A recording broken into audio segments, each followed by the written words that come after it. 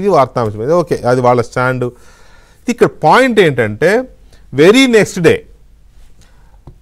దీపక్ రెడ్డి గారు డిబేట్ చేసిన very next day TDP నుంచి మళ్ళీ పట్టాభిని పిలిచారు డిబేట్కి.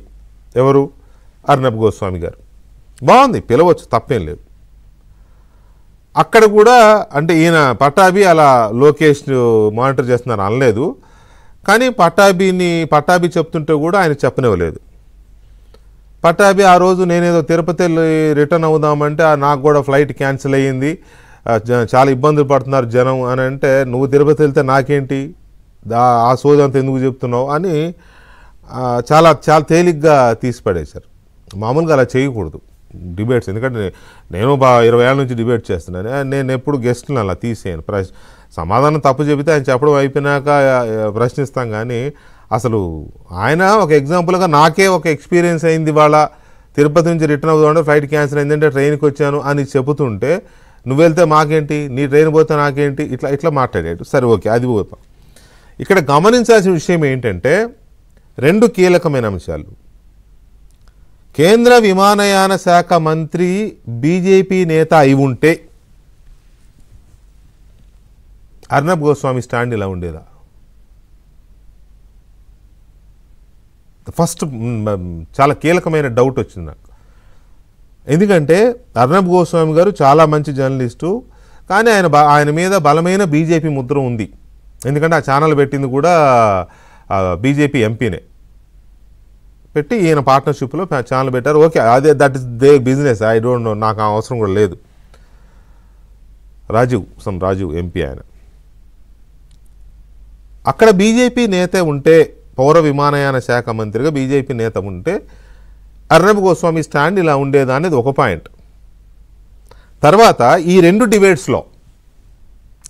డిబేట్స్లో పర్టికులర్గా దీపక్ రెడ్డి ఉన్న డిబేట్లో బీజేపీ నేత లేరు. ఎవరున్నారు? ఆమ్ ఆద్మీ పార్టీ. అర్నబ్ గోస్వామికి ఒంటి నిండా అసహ్యం. ఎవరు?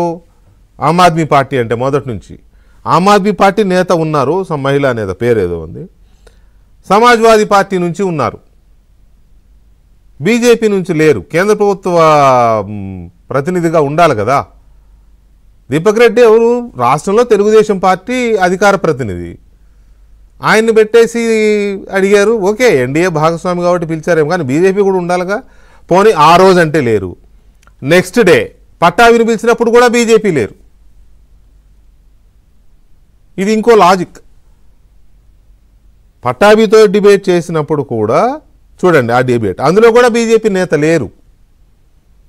అంటే వాంటెడ్లీ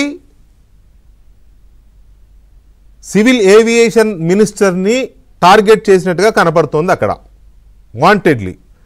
అది ఎందుకు అనేది నేను ఇక్కడ జడ్జి చేయలేను. కానీ కేంద్ర ప్రభుత్వం వైపు నుంచి బీజేపీకి చాలామంది అధికార ప్రతినిధులు ఉన్నారు, బ్రహ్మాండమైన ఎఫిషియెంట్ స్పోక్స్ పర్సన్స్ ఉన్నారు.